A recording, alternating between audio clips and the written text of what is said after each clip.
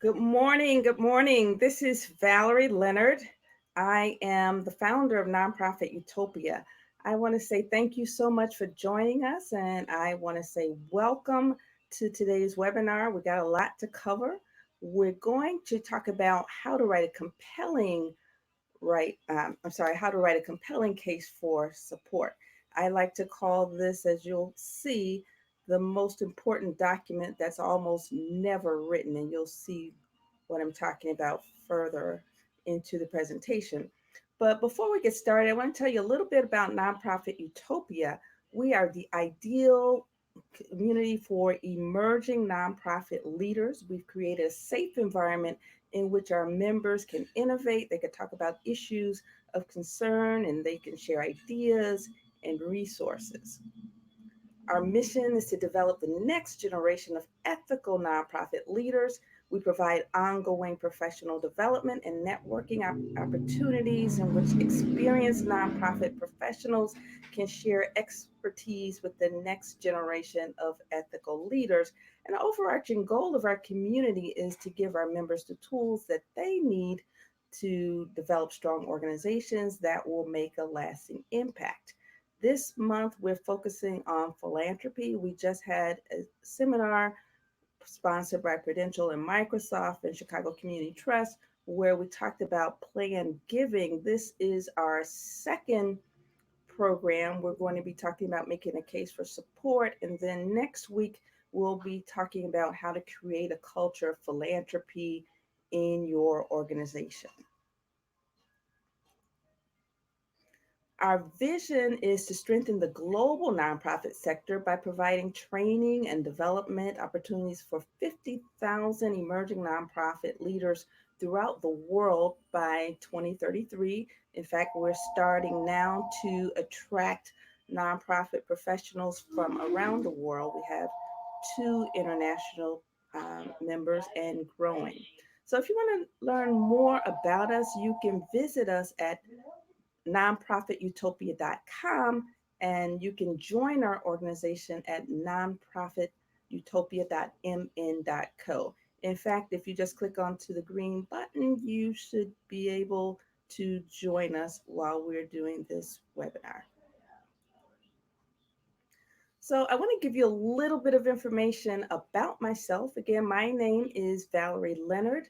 I am the founder of nonprofit Utopia. We are, again, the ideal community for emerging leaders. I am also on staff at University of Illinois in Chicago, teaching courses in nonprofit management.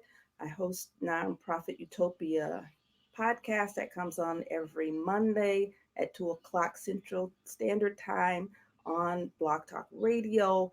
I also teach at Roosevelt University, teach courses in social ventures. And I have significant experience in nonprofit management. I used to run a nonprofit organization. And in my lifetime, I have either written proposals for grants or provided technical assistance for grants in excess of $100 million, and have been part of a team at the University of Illinois where we have provided technical assistance to bring in $100 million in federal funds that might not have come to the state of Illinois otherwise. So I have found, in my work with especially emerging groups, that there's a tendency to just go after grants and not develop this case for support. The thing is, why don't we just focus our efforts in getting the money, and then maybe we'll focus on this case for support. And as a result, they're more reactive than proactive, and there's no central location where all of the messages are kept, and as a result, they're scattered all over the place in terms of their management practices, in terms of their communications. And if they would just take the time, up front to develop a case for support, things would be so much easier. So, we're going to help you to better understand today what a case for support is, how to write a compelling case for support, and how to use it not only for fundraising purposes, but for marketing and management purposes. Because everything in your organization needs to work together and be coordinated. So we're going to talk about, you know, we'll talk for about 30 minutes, maybe 45 minutes, and then you'll have an opportunity to post questions. And you can also get a recording of this webinar. And then our members will have access to resources after the webinar in addition to this recording. We will provide worksheets as well as checklists that you can use to determine whether or not you have, in fact, a strong case for support. Will also be available to critique one another's cases for support, and then we will also have a mastermind. So, why are we here? As I indicated before, I refer to the case for support as the most important document that's almost never written. Your larger institutions tend to write it, but your emerging groups tend to not write it.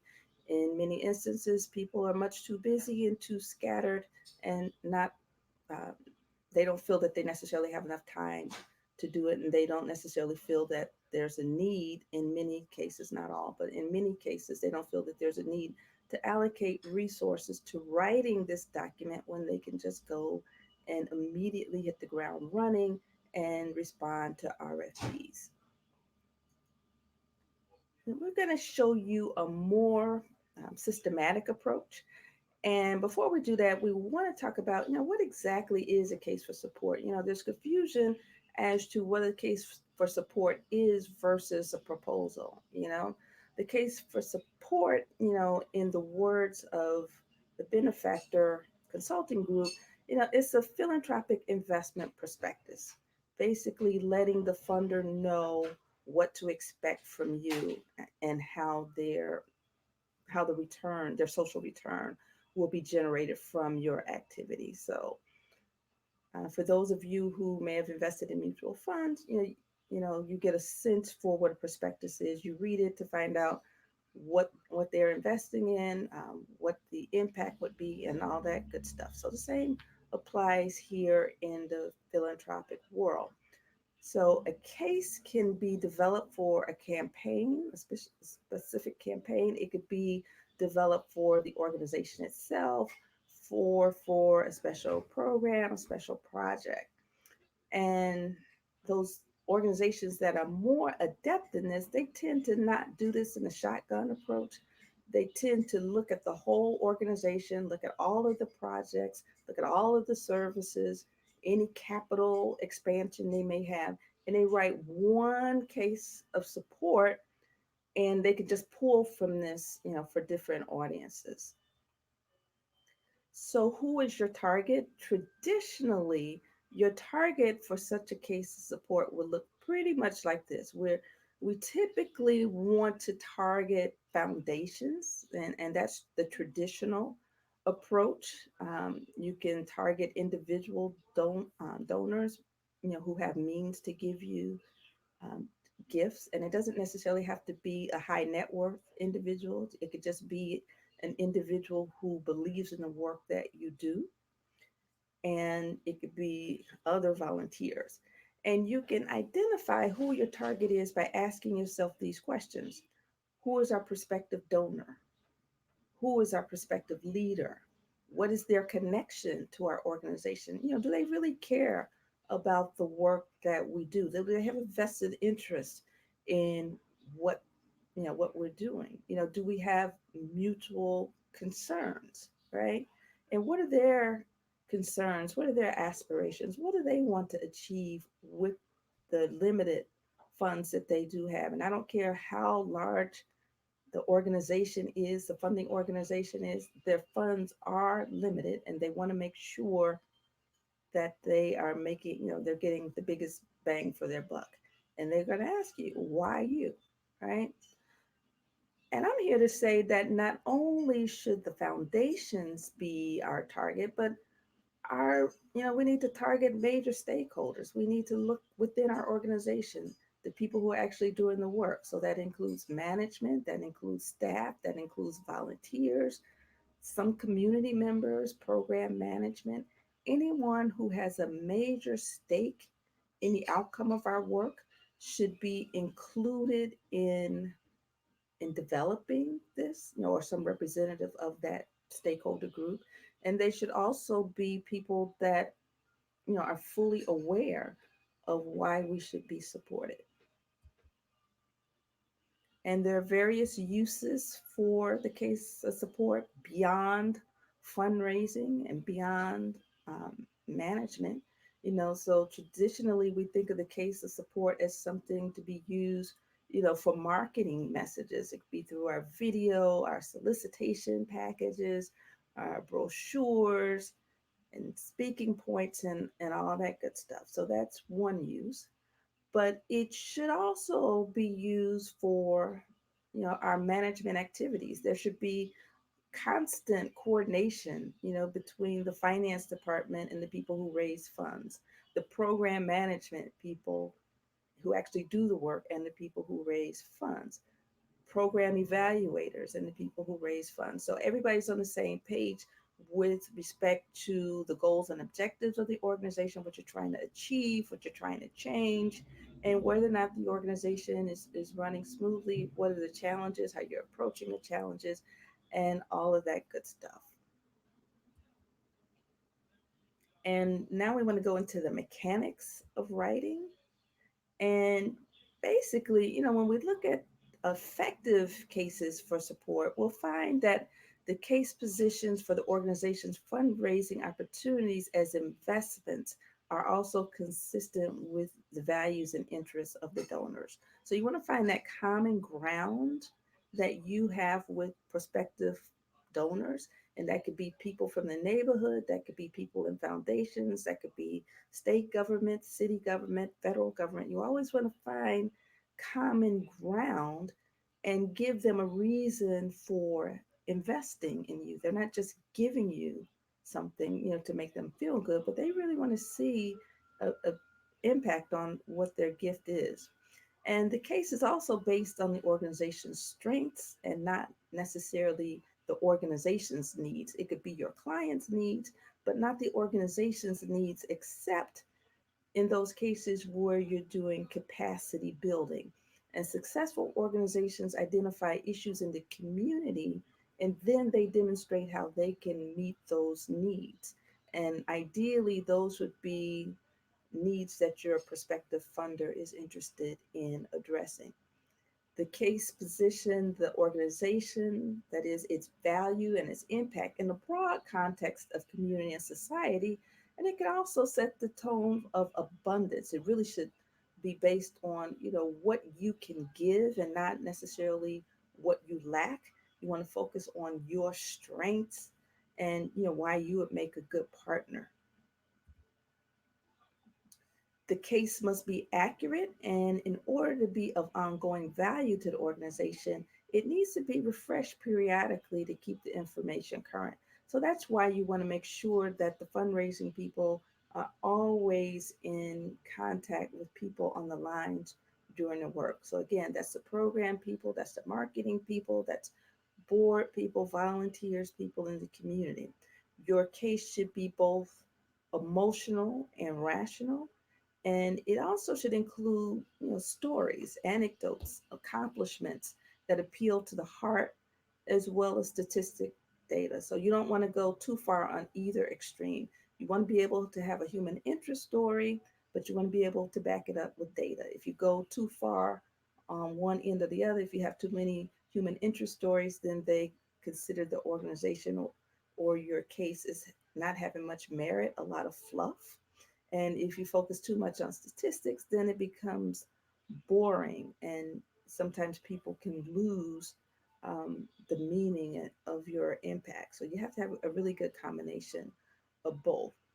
And the case has to have an impact, which is best done if it is straight to the point, organized, and meaningful. So you want to be able to pack a lot of information into a very compact space in terms of writing. And it also conveys a sense of urgency. So actually, who develops a case of support? And that can vary based on, the size of an organization, the capacity of the organization. Some organizations are large enough where they have a development department, and you have, people who are focused on grant writing, actually writing the case for support. In those instances where you have an emerging group, you're not going to have, you know, the luxury of having a whole department of people who develop the case of support. It should be written by, I guess, the person who is most capable, but it needs to have input from all the stakeholders who are doing the work. And in fact, if you're the one writing, it's not just writing, it's also project management, because you got to get information from, a vast number of people, across the board. You got to get financial information, you got to get information from the board, you got to get information from program people, you got to get information from operations people, so you can get a complete picture. And you want to make sure that there's buy-in and engagement. And when you ask people to provide you with information and help you to critique, the final product, you make sure you increase your levels of buy-in. And again, the person who writes it is the most qualified and has the time at that time. So within smaller organizations, sometimes it's the executive director, and most times it is the executive director. In your larger organizations, it may be someone in fundraising, on the fundraising staff. But at any rate, you want to get the person who's most skilled, who has the time, and who has those project management skills as well. So the person should be selected based on their ability to write concise statements that are well organized and use the language skillfully, meaning, you want it to sound nice, but you also want it to have substance. You also want to have someone who can see the organization not only through the eyes of the organization, but the eyes of potential donors and community members.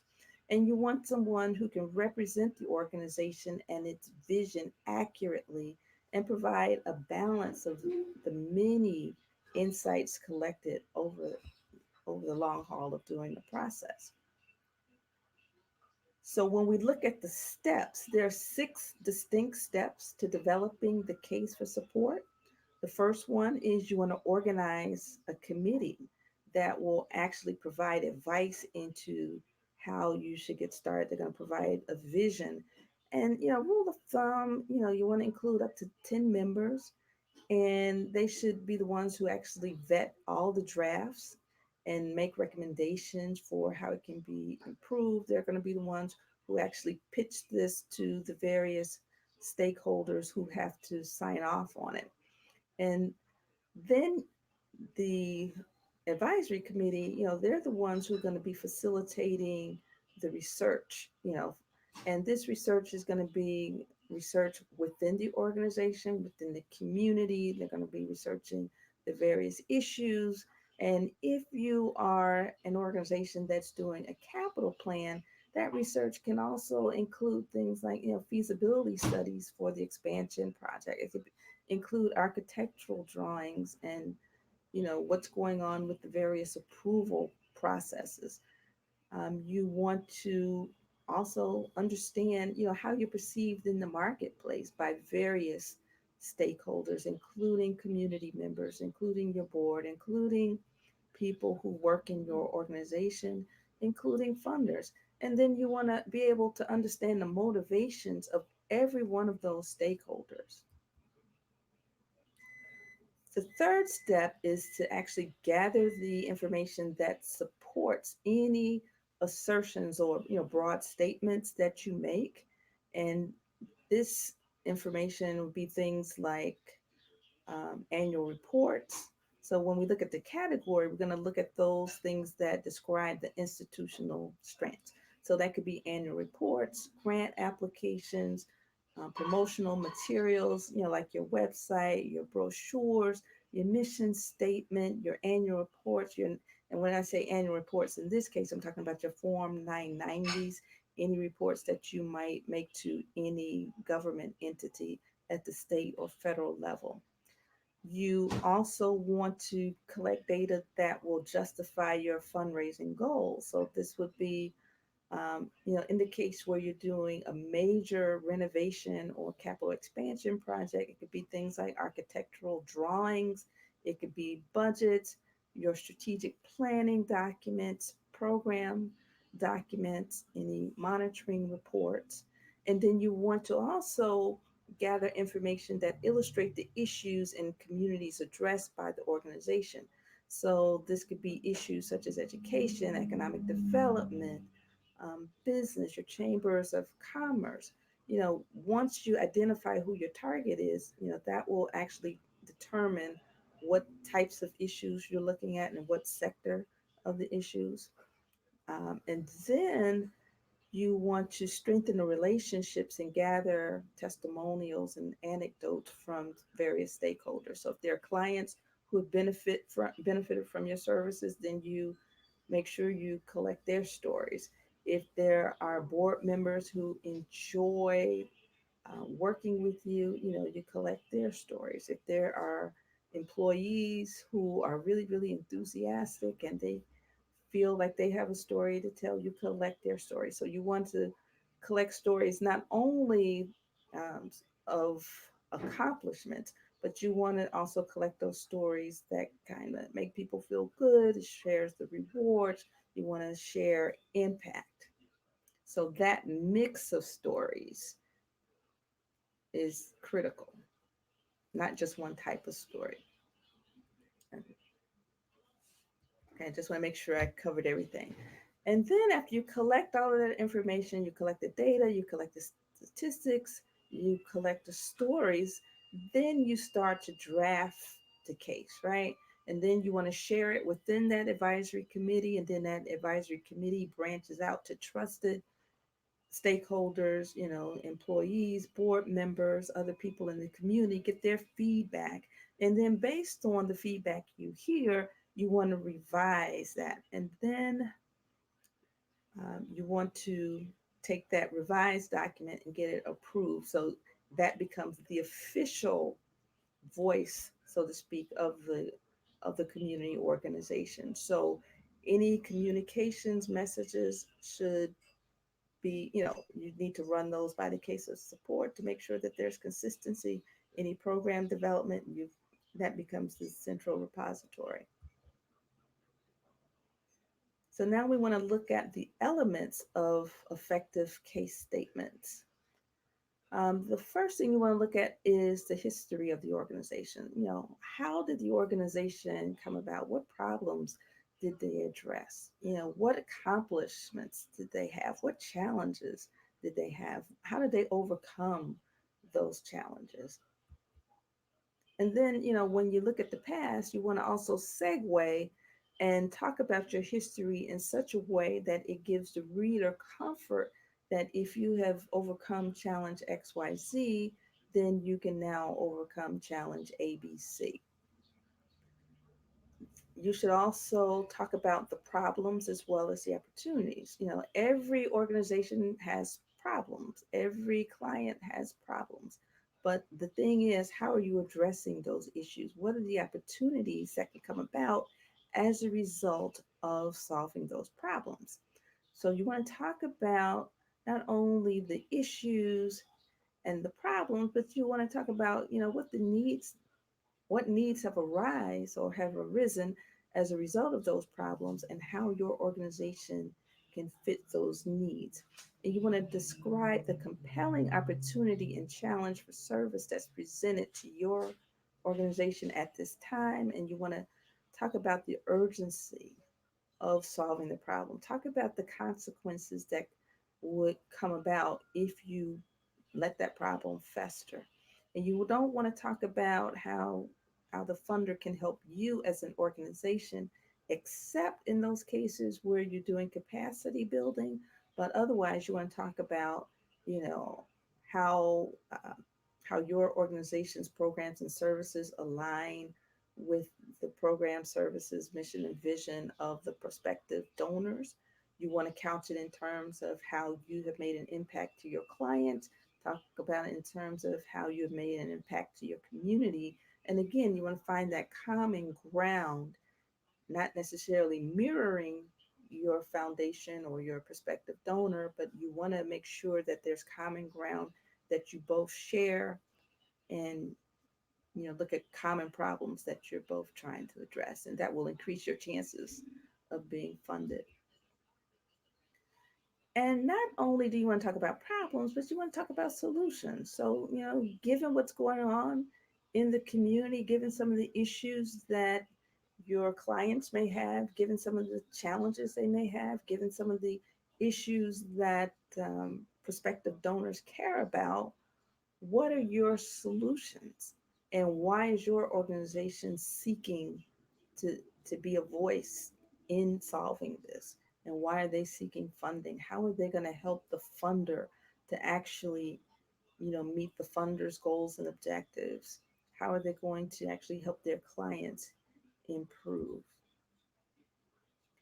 And when we look at nonprofits, it's not that much different than a for profit business. Just like for profit businesses are always looking at their unique value proposition, you as organizations have to know what your unique value is. Why are you uniquely positioned to handle the issues that are going on in your community, that you've identified with the community, that you've identified with your target?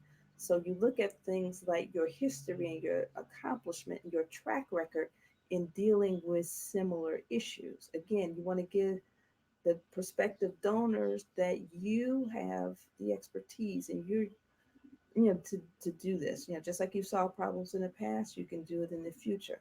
You want to also demonstrate your relationships with your clients and community stakeholders. You want to also look at your impact, your skills, and your leadership, your resources, and your capacity.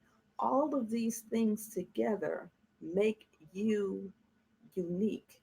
And when it comes to your value proposition, you need to look at the problems that your funder has, problems that your various stakeholders have, and how you can answer those problems. So you need to really have a fundamental understanding of what your clients do on a day to day basis, what challenges they have, and how your programs and services can fit those needs, and how those programs and services are in alignment with your prospective donor.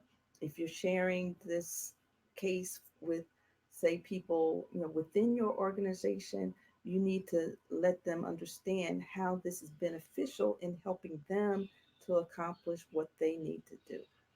You need to talk with the receptionist, help the receptionist understand how this case for support impacts her job and how she can make sure that it's fulfilled. Again, next week we're going to be talking about how philanthropy and fundraising is not just the grant writer's job, it's not just the executive director's job, it's not just the board member's job, but it's everybody's job.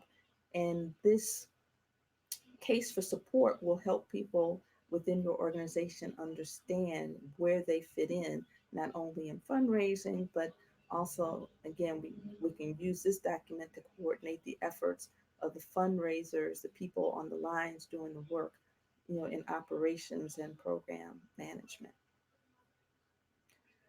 Your document should also include goals. So these would be organizational goals, and depending on how you structure it, it would also include programmatic goals. And your program goals or project goals, those should always be in alignment with the overall goals of the organization. And if you have a strategic plan, they should be in alignment with those strategic plans. So you're going to describe the programs, projects, and services. You're going to provide the justification or the rationale for providing those programs and services, show how they're relevant, right?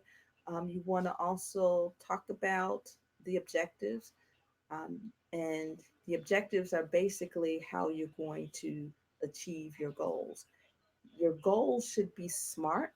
That means they should be very specific, they should be measurable, they should be achievable, they should be realistic, and realistic is different for every organization. A realistic goal for a large institution is going to be very different from a realistic goal of a new startup organization. And you should also have time deadlines on your goals. And most importantly, not only are you looking at goals and objectives of your organization, what are your financial and fundraising goals? How much money do you need in order to accomplish these programmatic goals? So when we look at this image, we look at the fundraising equation, and this image was put together by Board Source. The fundraising equation says that you need enough money to fund your programs, plus a responsible balance of risk and reward, right? You got to take some chances. And those together equal a healthy fundraising program. And then when we look at what Panis, Lindsay, and partners talk about, they say that in financing the proposed plan, the people, you really need to think about who should be responsible in financing it. What are the sources of funding that will combine to make the goal?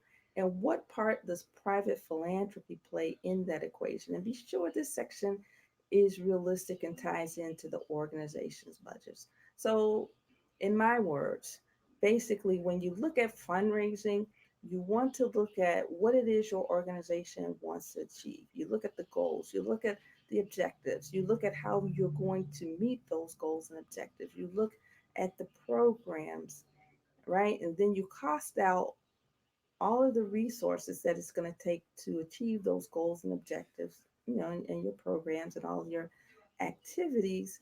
And then you look at not only how much it costs, but where is that money going to come from? Is it going to come from the government? Is it going to come from private philanthropy? Is it going to come from individual donors? If so, what type of individuals? Are these high net worth individuals? Are they rank and file community people? And then you begin to think of different ways to approach these various audiences. And then, when we look at the fundraising plan, you need to start off with the budget. So often we have finance people working in a vacuum, and then you have the fundraising people working in the vacuum, committing the organization to certain activities. But then sometimes you might have the finance people trying to squelch the vision by saying we don't have enough money. So you got to make sure that when you're doing your fundraising plan that you're working in tandem. You need a team, but especially you need to understand the financial capabilities of your organization, understand the resources that you already have in order to meet your mission, and then based on what you have and based on what you have to do, if there are gaps, how are you going to close that gaps, right? So where's that money going to come from? Again, will it come from the government? Will it come from private sources? Will it come from in-kind donations and all that good stuff? How is it going to be used? And what's the time frame within which it's going to be used? And basically, funders really, really want to help you, right? But they can't help you unless you tell them how you can best help and how they can best help. Yeah, you give them money, but how is that money going to be used? How are you going to receive that money? Are you looking for grants? Are you looking for donations? Are you looking for equipment? Are you looking for cash or in-kind gifts? Are you looking for volunteer time? And once you know you're looking for money or what type of help you're looking for, you have to be very specific as to how that help is going to be channeled into your programs and services to meet your mission goals and vision. And at the end of the day, it's all about leadership. Everything rises and falls on leadership.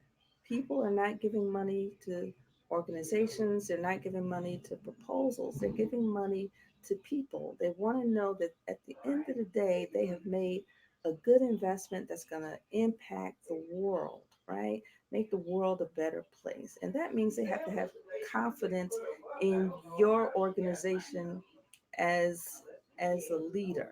So the case for support should include names and qualifications of people who are going to be raising the funds, as well as those who are going to be managing the funds and managing the programs and services. And again, at the end of the day, you want to give the reader comfort that you're good, sir, you're good, I'm sorry, that you're a good steward over the fund. You're capable. Not only are you going to take care of the money, but you're going to make sure that it's managed in a way that you can make the maximum impact to the clients and community.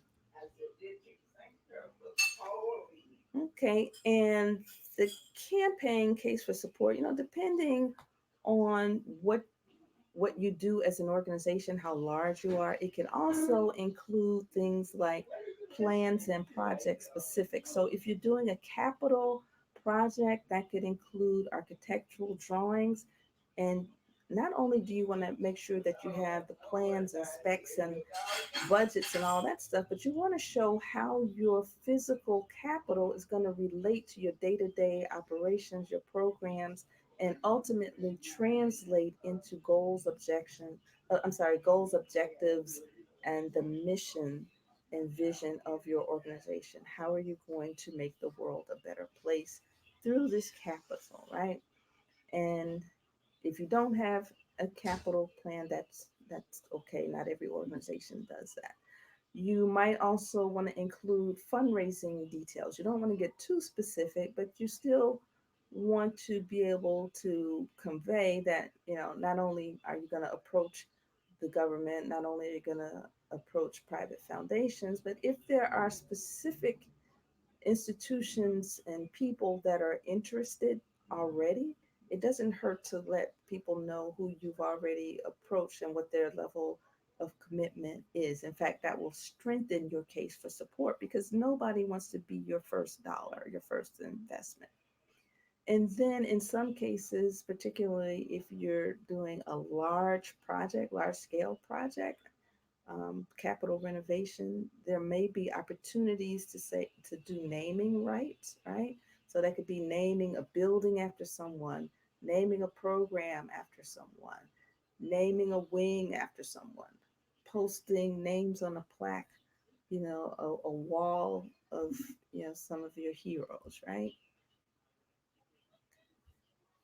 And now we want to talk about a sample outline. Not every case of support is going to have the same outline, but this is something that I've found to be effective. You want to make sure you have your history. You want to make sure you have your community needs assessment, goals and objectives, your vision, programs and services, your impact, and your fundraising goal. So again, when we talk about history, not only, this is not the time to rest on your laurels, but you want to talk about the who, the what, the where, the why, right? You want to talk about your achievements, what change you've been able to affect already, and you want to position yourself again to give the reader comfort that you can tackle the problems, that you say that you want to tackle. And some of the best indicators of whether or not you can perform in the future is what you've done in the past. But when you write, you don't want to linger in the past, right? You want to be able to connect past achievements with your future aspirations. You want to give comfort that you understand what's going on in the community, you understand the issues that impact your community, and they could ultimately impact your clients, right? And the types of services and your approach to the community. You want to talk not only about the organization's goals and objectives and in some cases strategies, but you want to talk about how your current ask is in alignment, how your program's goals and objectives are in alignment with the program's goals and objectives, right? And then you want to talk about the vision. And the vision is long term. How do you see the world changing as a result of your organization's existence. And the programs and services are ways that you inch closer and closer, right, to changing the world. So your programs and services, you want to talk about your goals and objectives. You want to talk about the activities. You want to talk about how they make a difference. And then you want to talk about your overall impact. What happens, are you able to actually scale your work, right? You might start off with a pilot program, but are you able to scale it so that instead of touching the lives of 25 people, you're now touching the lives of 100 people, right? And then instead of 100 people, can you scale it up to 1,000 people? What have you done for your clients? What have you done for the community? What has changed as a result of your programs and services, right? So all of those things you would talk about under impact. And then obviously your fundraising goal, you want to talk about how much money you need, and that has to be grounded in reality. That means you have already assessed what your activities are, you know how much it costs, right, to engage in those activities, meet certain goals, and bring about certain outcomes. You know how much money you already have, and you know how much more money you need. So you need to be able to articulate that very succinctly so you know how much money to ask for. And as you can imagine, when you develop the case for support, you're going to be assessing or accessing many, many, many documents, throughout the organization. You're going to be looking at annual reports, your program logic models, which is basically a chart that outlines, what's going on in the environment, goals and objectives, the activities, that you're going to engage in order to meet those goals and activities. You're going to talk about the resources you need and the outcomes. So that's what a program logic model is. And you need one of those for every program. You're going to look at your needs assessments. You're going to look at your marketing materials, your program evaluations, your monitoring reports that you give to other funders, board contact lists, and your bios. And the bios should be written in such a way as they show accomplishment and capability to do the work that is, before the organization. You want to look at the budgets. You want to look at mission statements, vision statements, core values, fundraising plans, strategic plans, capital plans and budgets, and architectural drawings, if you're doing some sort of build out. So obviously you can't carry all that stuff around with you, but you want to be able to develop your case for support so it's succinct and it captures it captures relevant information from these types of documents. So that is pretty much all I had to talk about today. I don't know if you have any questions. If you have any questions, please let me know. Thank you very much. It doesn't appear that there are any questions, so I am going to close out. If you are a member of our group, member of the nonprofit Utopia community, then we'll make sure that we have a forum. You can post any questions or comments about this webinar in that forum. For those of you who are not in the community, you can post questions or comments in the chat room. You can post questions or comments on Facebook, and I can go and check those. Also, if you're in the community, we will have opportunities to discuss this through our posting. If you want to share a sample of your case study, then feel free to share that case study. All right. So, in the meantime, again, if you are interested in joining Nonprofit Utopia, you can do so at nonprofitutopia.mn.co. If you want to find out more about us, go to nonprofitutopia.com. Thank you very much. I really appreciate your time. Take care. Bye bye.